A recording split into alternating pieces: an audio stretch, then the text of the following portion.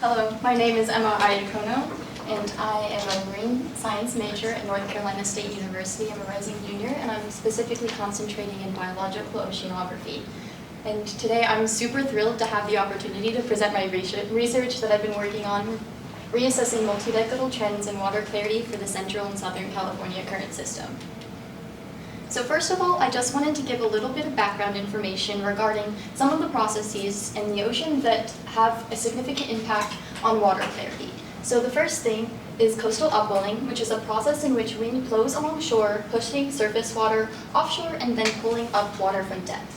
And usually this water is cold, dense, and nutrient-rich in nature, and once this replaces the transported surface water, there are higher areas of biological productivity due to this presence of nutrients in the water column.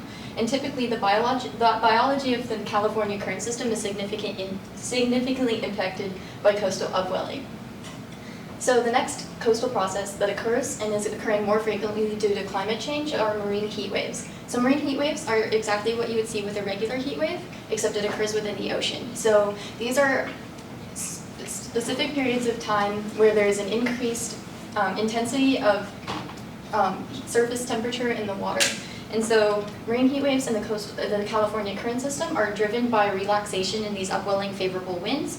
And as this upwelling decreases, less cold water is upwelled towards the surface, which reduces the sea surface temperature. And so one of the heat waves that I wanted to talk to you specifically about today is the marine heat wave that occurred off of the coast of California during the years of 2014 to 2016. And this was known as the blob. And this had significant impacts on water clarity in the California current system.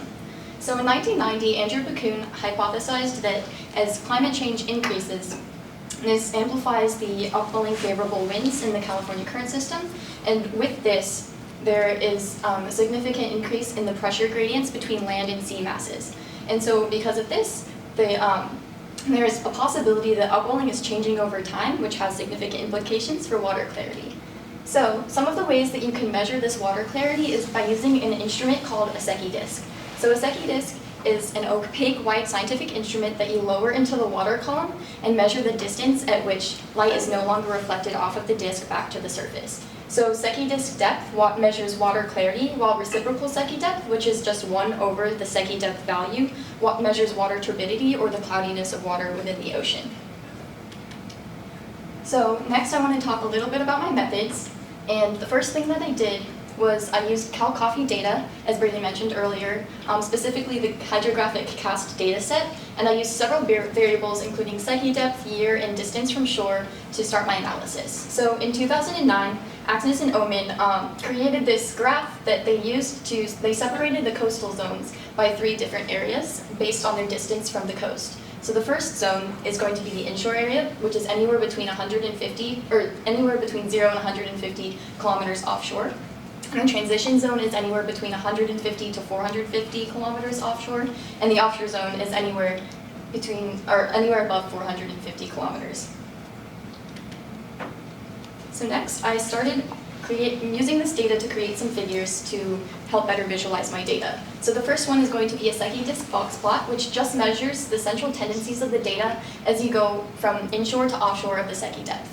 So as you can see with the inshore, we have a lot lower or more shallow Secchi depth, which means that the water is a little bit more turbid in this area. And because of this, there are several different contributing factors to why this might be, including inputs from land. So this includes runoff that increases turbidity within the inshore area. And then also, because the inshore area is more shallow, there is increased light penetration, which allows for photosynthesis, which means that there are more photosynthetic organisms within the water column. So as we move to offshore, we see that the Secchi disk depth is increasing, which means that water clarity is a little bit more deep in this area, which means, and it makes sense because when you move offshore, there are less photosynthetic organisms within the water column, and there isn't as much turbidity due to land inputs.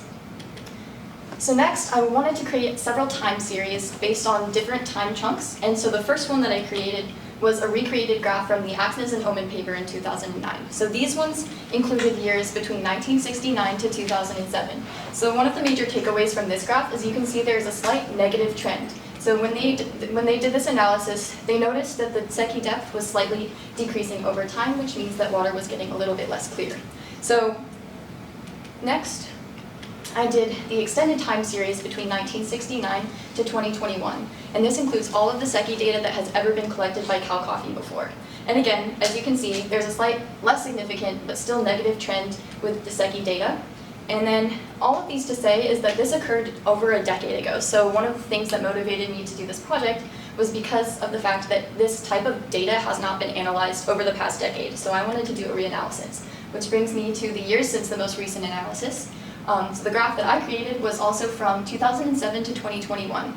And so one of the major things that you can see that is different between this graph and the other two is that SECI depth is actually increasing, which tremendously surprised me and Lori and Henry as well, because we were expecting to see the same trend that Axis and Omen found. So I wanted to take a look at this a little bit deeper because of such an anomaly in the trend. So next, because of all of this data, there was no separation between coastal zones, which doesn't give us a really clear idea of what we wanted to look at. So what I did was I separated each of the SECI data that we collected from the coastal zones. So in red, we have the offshore median in SECI depth. In yellow, we have the transition median SECI depth. And in blue, we have the inshore median SECI depth. So what we can see from here is that in each of the lines, we have a slight linear increase in SECI depth.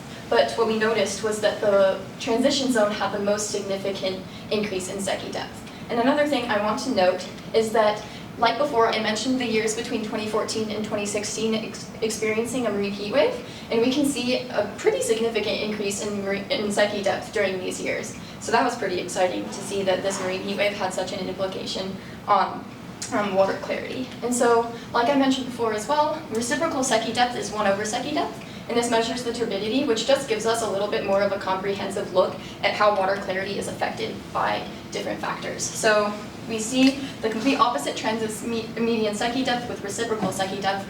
But again, between the years of 2014 to 2016, we can see a significant decrease in turbidity in the water.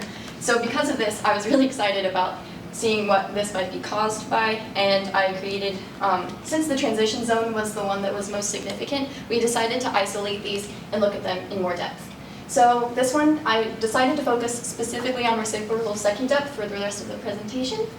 So we can see that, again, during the years of 2014 to 2016, we have a significant decrease in turbidity. And we also had a pretty significant decrease, linear trend in the transition zone.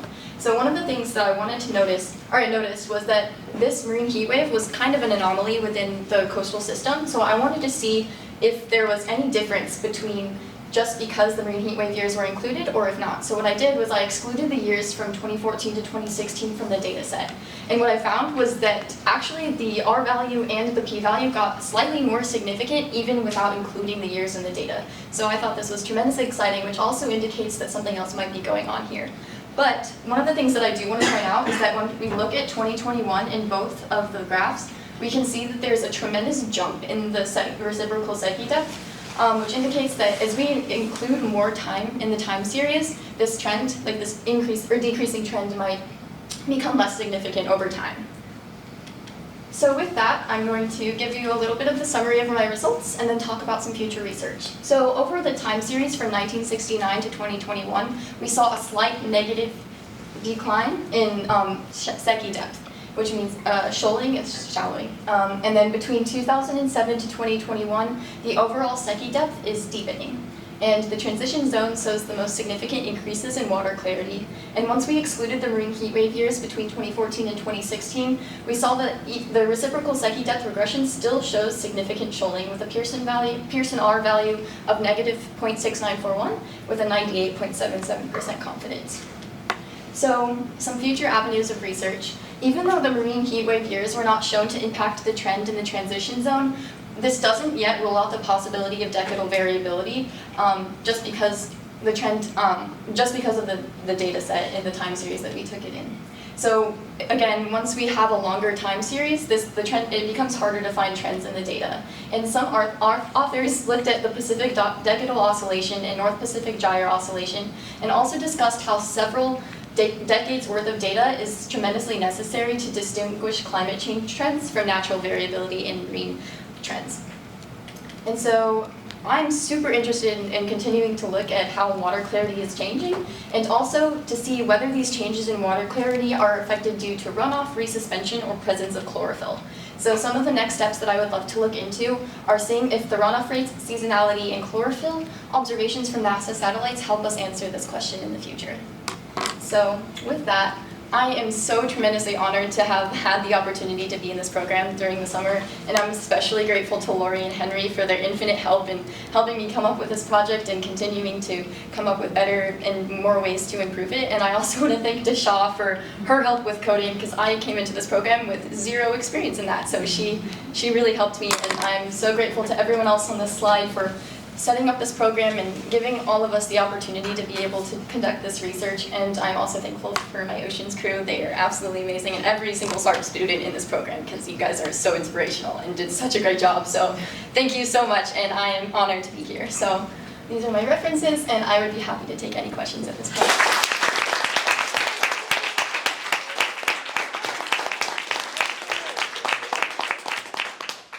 So, when you showed the original data that went back to 69, it almost looked like 69, 70, 71 were kind of high, and then about was a gap. And then, to me, it almost looked like it was constant sort of from much earlier than 2000. Yeah, absolutely. It's just my eyes. No, for sure. Yeah, so... 1985, maybe. It just seems like it, I don't know. Yeah, absolutely. No, that's a wonderful question. So there are a lot of variations in things that happen in the current system, especially off the coast of California. So even Lori and I were talking about looking at 1998 when we had a strong El Nino. So that would also have significant impacts on like the water heating up. So there are definitely variable trends like strong El Nino years or strong La Nina years that could have a lot of influence on how the SECI data appears. And then also, the beginning, we saw, so Cal Coffee data actually starts all the way to 1949, but we didn't start getting SECI data until 1969. So this gap in the middle might just be due to like lack of data that we collected during these years. But yeah, no, that's a wonderful question, thank you. Yeah, Ben? I was curious, I'm not sure if this means anything since we're taking kind of averages throughout the year, but I was curious if mixed layer depth had anything to do with this, and if like maybe the mixed layer depth was changing throughout the decades? Or yeah, absolutely, for sure. No, I actually didn't look at that at all, like based on like the different depths, because SECI depth is just a raw meter that they give us. So like throughout the water column, it doesn't give us anything besides how deep the SECI disk was when you measured the date or the depth. So that would actually be a really interesting thing to look at in the future, is seeing how like the stratification of the water column affects water clarity. But since this one was just based on depth, and that is all, I can't give you a clear answer, but that would definitely be something that I would want to look into for sure. Yeah, thanks, Tom. Do you think, I know that with climate change, the Atlantic Ocean is increasing in temperature. I'm not sure what the Pacific is. Do you think that might be why we're seeing an upward trend between 2007 and 2021 with like an increase in water temperatures overall? Yeah, absolutely. No, for sure. So one of the things, just looking at the marine heat wave, especially since that one was such a significant one that occurred off of the coast of California, I think any increase in water temperature, especially during a long period of time, could significantly impact water clarity. But it's definitely important to like look at a long time series, so that's something that would be good for future research as well. So absolutely though, I agree. Thank you. Yeah, Michaela? Do you think water clarity is improving with higher temperatures due to the dying of like creatures like phytoplankton and their lack of nutrients? That's exactly what I was thinking. I couldn't conclude that for sure just because their marine heat wave was just one event of a lot of time series. But that is definitely a good hypothesis and definitely one that I thought about while I was doing my research for sure. Yes. Thank you. Anybody else?